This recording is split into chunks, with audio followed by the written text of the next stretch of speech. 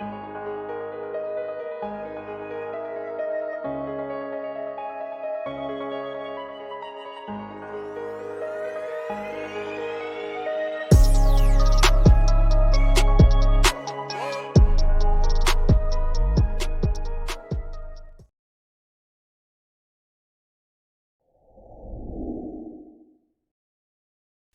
some societies, cannibalism is a cultural norm.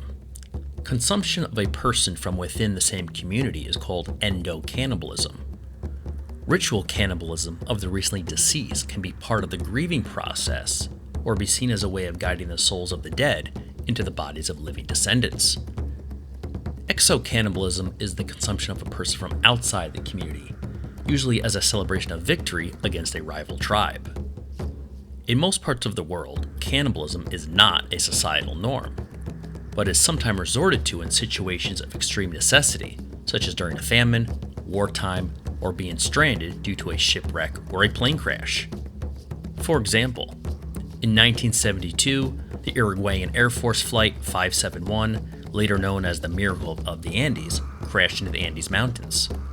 The flight was carrying 45 passengers and crew, including 19 members of the Old Christians Club rugby union team, along with their families, supporters, and friends. 72 days after the crash, 16 survivors were rescued. The group survived by collectively deciding to eat the flesh from the bodies of their dead comrades. In modern times, it's possible to find cyber cannibals in the deep, dark web, discussing how they feel when eating a man or a woman's internal organs or flesh. In fact, there used to be a famous site dedicated to this topic called the Cannibal Cafe. It taught you how to cook men and women and which parts tasted the best in posts or through live streams. The site also had posted ads looking for those who would like to be partially eaten themselves. Take this post by username Jboy. Hi guys, I'm Jay, 23, 6'1", quite stocky. Nice firm steaks. I wish to be eaten, for real, by a nice young guy, 18 to 25. You must have an innie belly button and a big belly appetite. You can do with me as you wish. I will be all yours. Look forward to making someone a delicious meal. Or this post by username Masochist Mr. Way. I would like to be impaled and barbecued. I need tenderizing first and gelding. Would like to be roasted alive. Yes, it's insane and horrible. Thankfully, the site has been offline for years, but those who crave human flesh have not vanished from the dark web. In addition to ad postings, the Cannibal Cafe also had a livestock application section for those interested in becoming human livestock. In the application, you will input such things as your height, weight, age, but you're also able to fill out sections in regards to your sexual interests and fetishes, and how, as human livestock, you prefer to be terminated. Termination processes included such things as live roasting, butchering, hanging, asphyxiation, and ritual suicide, just to name a few of the handful of options. Applicants are said to be vetted by a governing body running the site called the California and Midwest Human Female Stockmen's Association. They claim all livestock guaranteed, BSE, and hoof and mouth disease free, USDA choice live roasts and private cuts, fully trained snuff slaves. Once vetted, the applicants were then posted to a link under Available Livestock.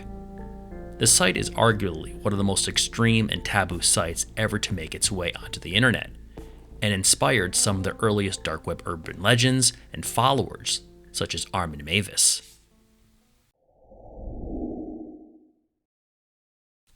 Armin Meiwes, for as long as he could remember, had a craving to taste human flesh, and these urges accelerated after his mother's death, and he was left with his dark impulses. In 2001, Armin Meiwes posted an advertisement on the Cannibal Cafe. Armin, who had a fetish for cannibalism, posted his ad on the Fantasy Cannibalism forum, despite the forum stating that those who are, quote, incapable of separating artistic fantasy from reality should leave this site. The ad read, looking for a well-built 18 to 30-year-old to be slaughtered and then consumed. Meiwes' alias on the Cannibal Cafe was Frankie. After posting a few advertisements requesting someone that wished to be eaten, he received a reply, and even met up with an unknown man who bailed out and left. Then he received the response from Bernd Armando Brands, an engineer from Berlin. Brands also had a cannibalism fetish, but his desire was to be consumed. Brands responded to Meiwes' post on the Cannibal Cafe and emailed him with the subject line of the email saying, quote, "Your dinner." Brands explained how he wanted to end his life and be consumed, which was exactly what Meiwes wanted. Meiwes' complex psychological makeup was not someone who wanted to murder another person and eat them against their will. Meiwes wanted an intimate relationship in which he respectfully would fulfill someone else's desire to be eaten by him. They met several times to build a rapport and intimacy. On March 9, 2001, in Rottenburg, Germany, Armin Meiwes and Bernd Brands met to organize Brands being eaten by Meiwes. Brands wanted to be awake during the ceremony, but he did not want to be in pain, so he took a heavy dose of painkillers to prepare himself. The ritual began with Meiwes amputating Brands' penis, and then the two men attempted to eat his penis raw, but Brands said it was, quote, too chewy. Brands had originally insisted that Meiwes bite his penis off, but this proved to be too difficult. Meiwes then fried the severed penis with salt, garlic, and wine. Brands, weakened from the blood loss, was then placed in the bath to bleed out for 3 hours while Meiwes read a book. Meiwes then gave him alcohol, more painkillers, sleeping pills, and then kissed him goodbye. After a short while, he then stabbed Brands in the throat. He then moved him to a room specially made for the event called the Slaughter Room. Meiwes hung the body and slowly dismantled it. He placed him on a meat hook and began cutting off chunks of flesh that he froze and continued to eat over the next 10 months. In total, he consumed about 44 pounds of flesh. The whole scene was found recorded on a 4-hour tape on Meiwes' video camera.